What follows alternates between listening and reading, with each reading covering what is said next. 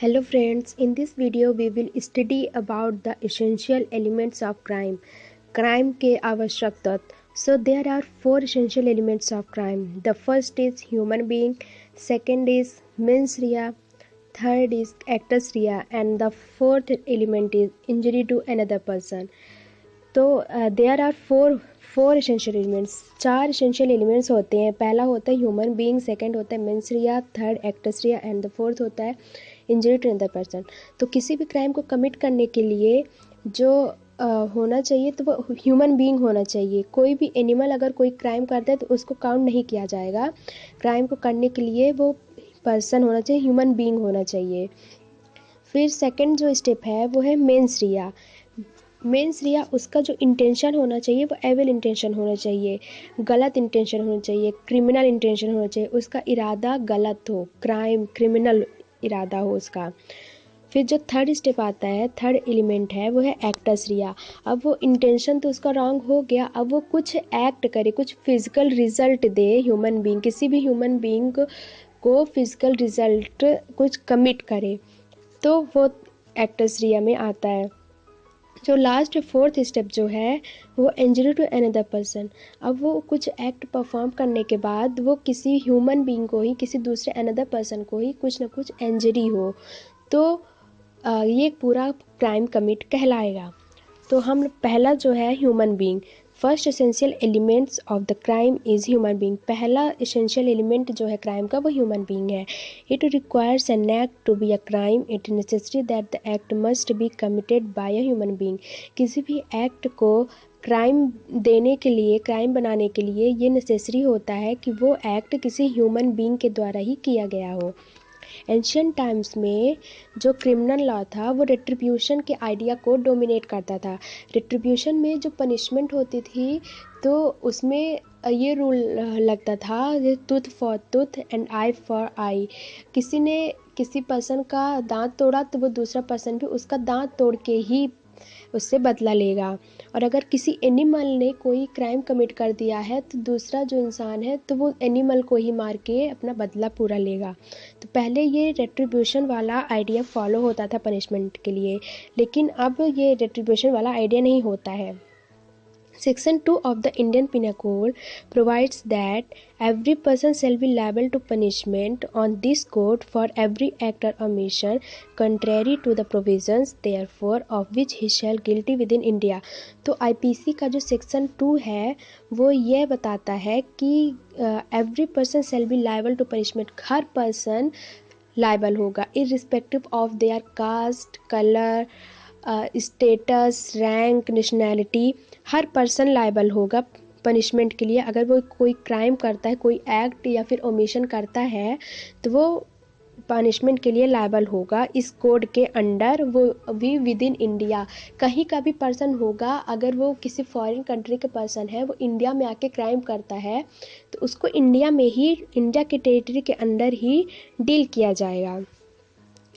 Section Indian penal code का section 11 बताता है पर्सन के बारे में. पर्सन मीन्स कोई बॉडी ऑफ पर्सन हो गई, कोई एसोसिएशन हो गया, कोई कॉरपोरेशन हो गया, तो वो पर्सन बताता है.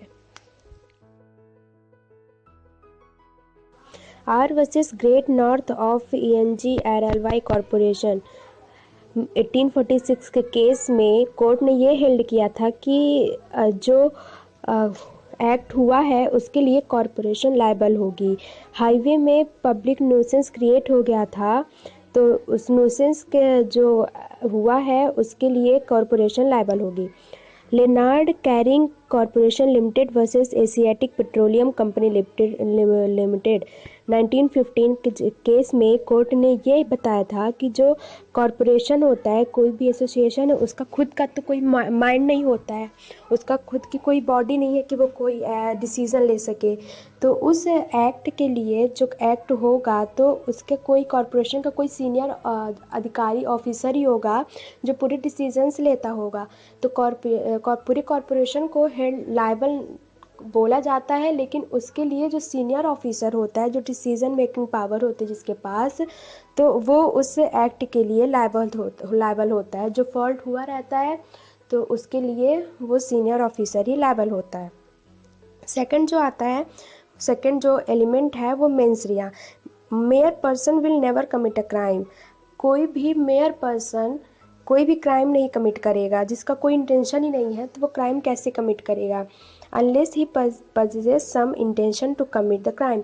उसको कोई ना कोई इंटेंशन होगी उसके माइंड में, तभी वो क्राइम कमिट करेगा। The law generally refers to this intention as the mens rea which means guilty mind in Latin. Latin में मेंस रिया को, लैटिन में जो गिल्टी माइंड है उसको मेंस रिया बोला जाता है, लेकिन हम इंग्लिश में गिल्टी माइंड बोलते हैं। गिल्टी माइंड मतलब उसका माइंड में गिल्टी है, कुछ गलत है, गलत कर रहा है, कुछ क्रिमिनल माइंड है उसका। The term mens rea has been derived from famous Latin maxim actus non facit reum nisi mens sit rea. जो मेंस रिया है वो लैटिन मैगजीम से डिराइव्ड हुआ है, एक्टस नॉन फेसिट्रियम निसी मेंस सेट्रियम से मेंस रिया डिराइव्ड हुआ है। इसका मतलब है कि act can not be guilty.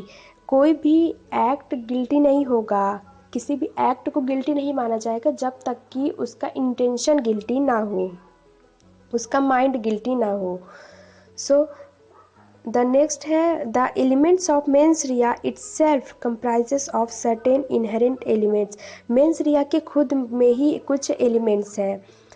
पहला हो गया इंटेंशन, सेकंड हो गया मोटिव, नॉलेज, फोर्थ है नेग्लिजेंस एंड फिफ्थ है वॉलंटरीली। तो जो एलिमेंट्स हैं मेंस रिया के वो हम आगे की वीडियो में, क्योंकि मेंस रिया ही अपने आप में ही वास्ट टॉपिक है, इससे काफ़ी क्वेश्चंस एग्जाम्स में आते हैं, तो हम मेंस रिया का टॉपिक आगे की वीडियोस में हम पढ़ेंगे। नाउ जो थर्ड एलिमेंट है क्राइम का वो है actus reus. Actus rea is the third important elements in commission of a crime. Actus rea तीसरा इम्पॉर्टेंट एलिमेंट है किसी भी क्राइम को कमिट करने के लिए। मेंस रिया जिसका मतलब है guilty mind is not sufficient to prove man guilty. Mens rea किसी भी मैन को गिल्टी प्रूव करने के लिए सफिशिएंट नहीं है। एक्टस रिया भी बहुत इंपॉर्टेंट होता है किसी मैन को प्रूफ करने के लिए, गिल्टी प्रूफ करने के लिए, क्योंकि उसके मेंस रिया के उसके गिल्टी माइंड से किसी पर्सन को कैसे पता, जब तक वो कोई एक्ट नहीं करता है तब तक किसी को कैसे पता चलेगा कि उसका वो गलत इंटेंशन है, उसको मतलब वो कोई गलत काम करने वाला है। उसके माइंड में कुछ भी गिल्टी हो सकता है, वो कुछ भी क्रिमिनल सोच रख सकता है, लेकिन अगर उसे हमें पकड़ना है तो उसको कोई क्रिमिनल एक्ट करना होगा। The criminal act intent in order to be punishable must become manifest some voluntarily act or omission। किसी भी क्रिमिनल इंटेंट को पनिशेबल बनाने के लिए उसको अपनी वॉलेंटरी अपनी इच्छा से कोई एक्ट या फिर ओमिशन करना होगा, उसको कोई फिजिकल रिजल्ट देना होगा, फिजिकल एक्टिविटी देनी होगी। एक्ट डन और omitted must be an act forbidden and commanded by some law.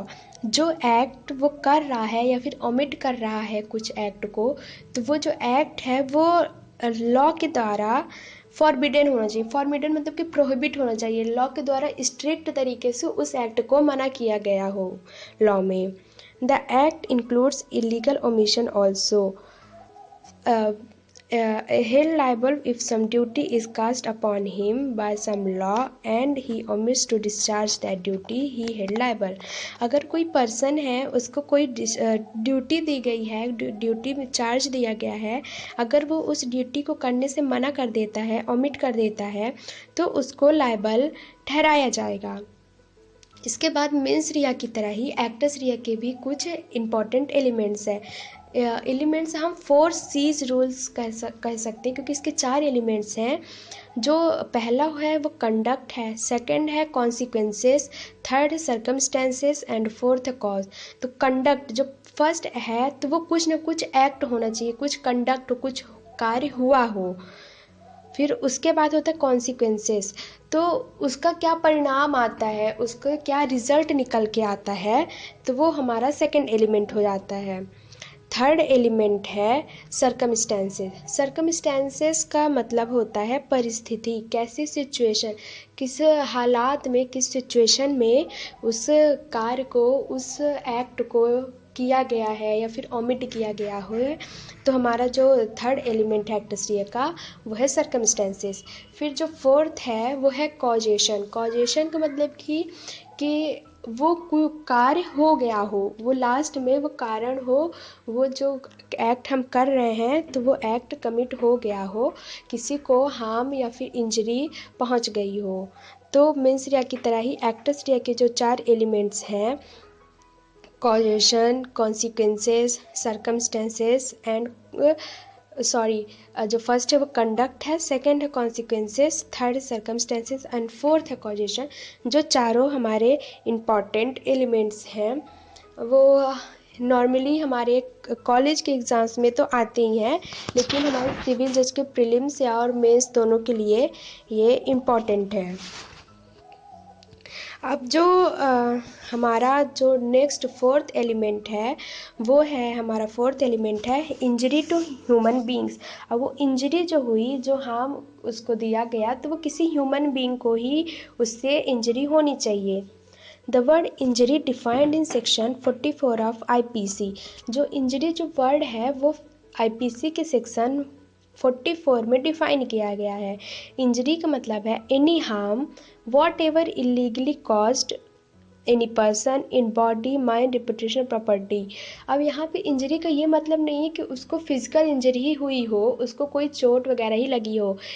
44 में, सेक्शन 44 में ये बताया गया है कि इंजरी कोई भी हार्म हो सकता है जो इलीगल तरीके से किया गया हो, किसी भी पर्सन के बॉडी में, माइंड में, रिपुटेशन में या फिर प्रॉपर्टी में। उसकी बॉडी में कोई फिजिकल हार्म हो गया हो, उसके माइंड में उसके कोई इंसल्ट की, उसके माइंड में कुछ गलत हुआ हो, रिपुटेशन, उसकी कम्युनिटी सोसाइटी के सामने उसकी रिपुटेशन ख़राब की गई हो, या फिर उसकी फ्रॉड तरीके से उसकी प्रॉपर्टी ले ली गई हो, तो ये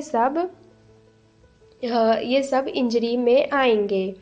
injury must be illegally cause to another human being over to a body of individuals और to society at large.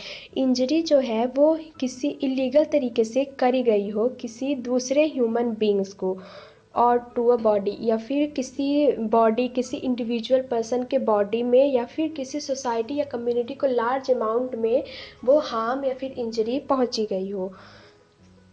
So guys, हमने इस वीडियो में क्राइम के एसेंशियल एलिमेंट्स पढ़े। जो पहला था हमारा वो था ह्यूमन बींग्स। कोई भी एक्ट ह्यूमन बींग ही किया हो, एनिमल्स कोई करता है या फिर कोई और करता है तो काउंट नहीं होगा। सेकंड, वो मेंस रिया हो, ह्यूमन बींग का माइंड गिल्टी हो। थर्ड जो आता है वो है हमारा एक्टस रिया, वो जो क्राइम है उसको फिजिकल रिजल्ट मिला हो, एक्टिविटी की गई हो, फिजिकल एक्ट किया गया हो। और जो फोर्थ इम्पॉर्टेंट है वो क्राइम को करने के लिए वो है इंजरी। इंजरी किसी ह्यूमन बींग्स को ही दी गई हो, तो इंजरी में उसकी सिर्फ फिजिकल इंजरी नहीं मानी जाएगी, इंजरी में उसकी बॉडी की इंजरी, माइंड की, रिपुटेशन, प्रॉपर्टी, तो इन सब में भी इंजरी को ही इंजरी ही होगा, भले ही वो फिजिकल इंजरी नहीं शो हो रहा उसकी रिपुटेशन में, उसके माइंड में, उसके प्रॉपर्टी में, लेकिन उसको हार्म हो तो रहा है, तो इसमें ही इंजरी काउंट होगी। अब हम अपनी नेक्स्ट वीडियो में हम देखेंगे स्टेजेस ऑफ क्राइम। स्टेजेस कितने कितने स्टेजेस से किसी भी क्राइम को कमिट करने के कितने स्टेजेस हैं, तो मैं आपको ब्रीफ में थोड़ा सा बता देती हूँ, शॉर्ट में बता देती हूँ कि 4 स्टेजेस भी 4 ही होते हैं। पहला होता है इंटेंशन होता है, फिर उस इंटेंशन होने के बाद उसका प्रिपरेशन होता है। इंटेंशन आ गया कि उसको क्राइम करना है, उसके लिए वो प्रिपरेशन करेगा, कुछ नाइफ, गन कुछ प्रिपेयर करेगा, फिर उसके बाद वो अटेम्प्ट करेगा, उसको पूरा कमिट करने के पहले वो थोड़ा सा अटेम्प्ट करेगा, फिर लास्ट में होता है कमीशन, तो वो पूरे क्राइम को कमिट करेगा, पूरा वो होल मिला के पूरा वो क्राइम होगा जिसके लिए उसको पनिशेबल माना जाएगा, उसको अटेम्प्ट के लिए भी पनिशेबल माना जाएगा। सो गाइस, आई होप आपको वीडियो अच्छा लगा हो। अगर आपको कोई डाउट हो तो आप कमेंट कर सकते हैं। वीडियो अच्छा लगा हो तो लाइक करिए, चैनल को सब्सक्राइब करिए। Thanks for watching.